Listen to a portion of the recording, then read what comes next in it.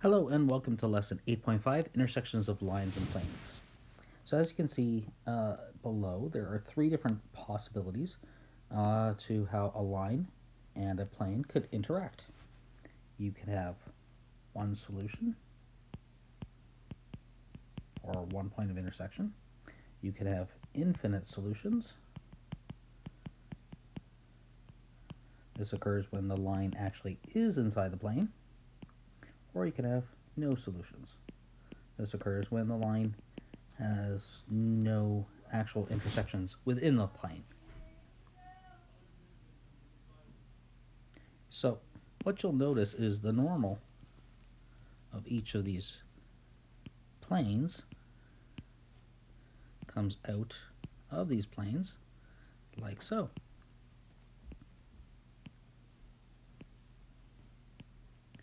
These normals, along with looking at how their directions of the lines actually work,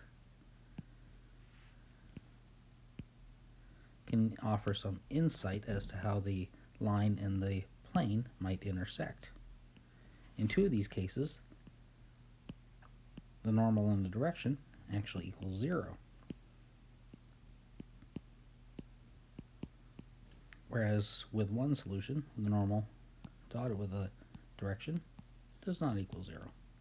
So this is one possible way of actually examining the possibilities that you could have for how these lines and planes can intersect or interact with each other. To determine points of intersection between a line and a plane, I suggest actually using the equation of the line either in vector or parametric form and the equation of the plane in scalar form. We often use the symbol pi to represent a shape of a plane. So you can see here listed in scalar form. And here you see the line written in vector form. To do that, all you have to do is just substitute the x, y, and z values into your plane and then solve for d. Solve for your value of d and see if it works out. If it works out, then you got some pieces of information whether or not they actually fit in the plane. So let's show you an example of this. So here we have a line in vector form, and here we have the equation of a plane in scalar form. What we're going to do is we're going to substitute or find out our parametric forms of our line. So 1 plus 2t for the value of x, y being negative 6 plus 3t for the value of y, and z being negative 5 plus 2t for the value z. Now we substitute this into our equation for our scalar equation of our plane.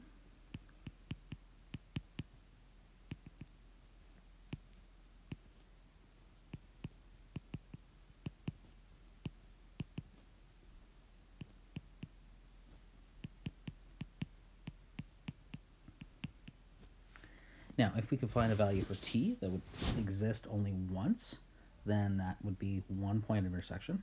If we find a value of t that can work for all values of t, then that could be infinite number of solutions. And if we can find no value of t that would work, then obviously we have no points of intersection.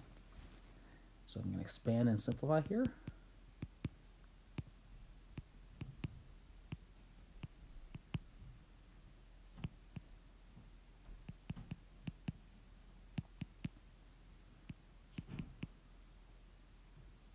So 4 plus 12 is 16. 16 minus 5 is 11. 11 minus 19 is negative 8. And this would be 4t equals 0. So 4t equals 8. T equals 2. So this tells you that there is one possible value for t equal to 2 to give you a point of intersection. So to find the point of intersection, you just substitute the value t equal to 2 back into your parametric or vector form.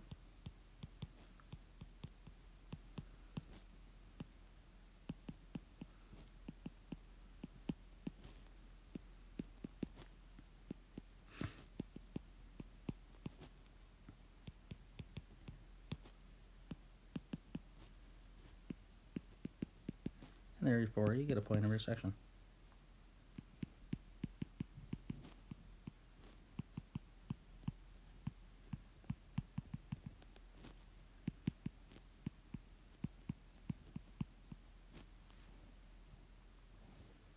Okay, so let's try that again with another line and plane. So at this moment in time, pause the video, try it on your own, see what you get.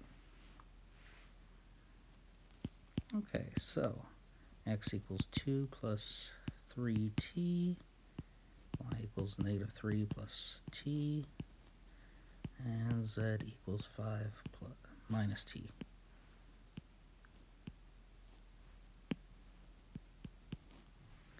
I'm going to substitute it into my scalar form of my line, my plane.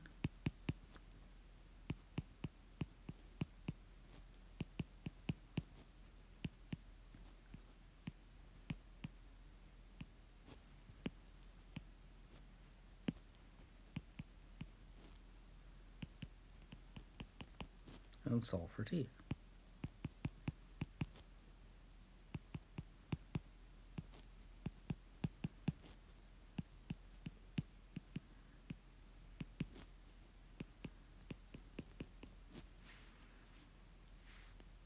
Okay, so 12t minus 17t is negative 5t plus 5t is 0t. 8 plus 51 is 59. Negative 25 and negative 34 is also negative 59, so this is going to equal 0t equals 0. So any value of t works.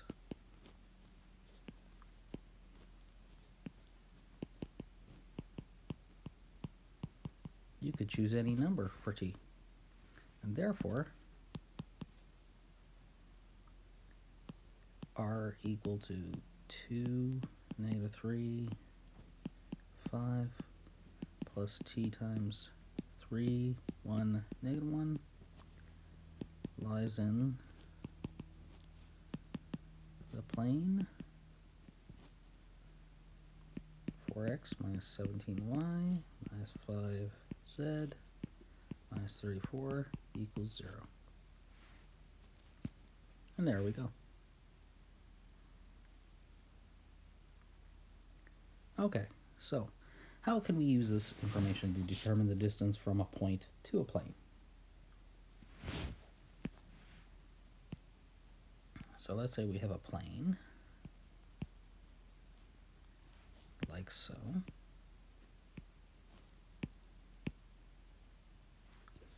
So this is our plane.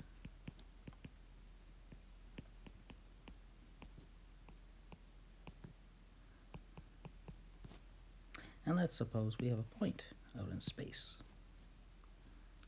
Well, if we know the normal of the plane,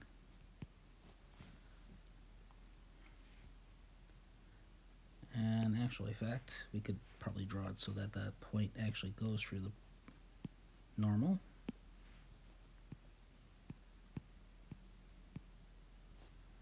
We could find a point on the plane.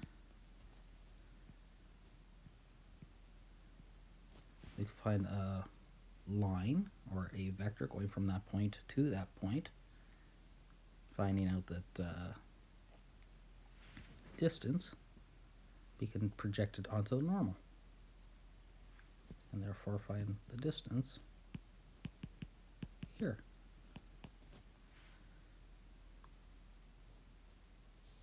So we can use the same formula that we used before. The magnitude of the projection of PQ onto N over the magnitude of N.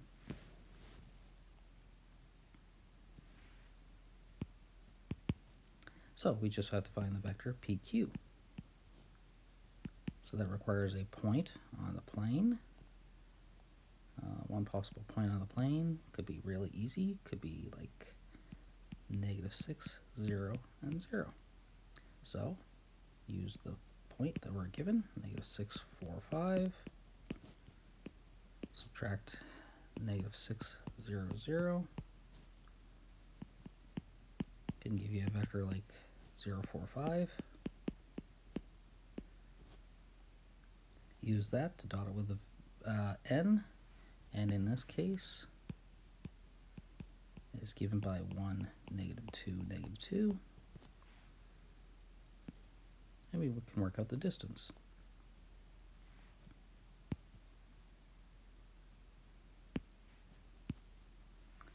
So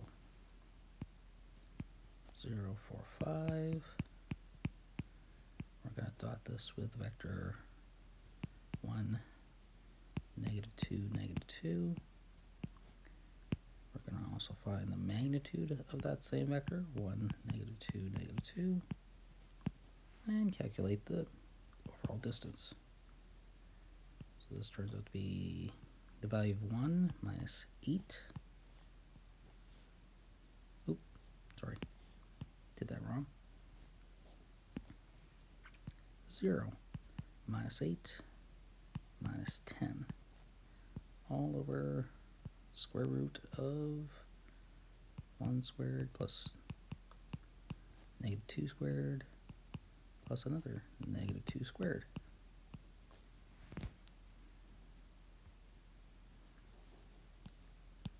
Numerator turns out to be the value of 18.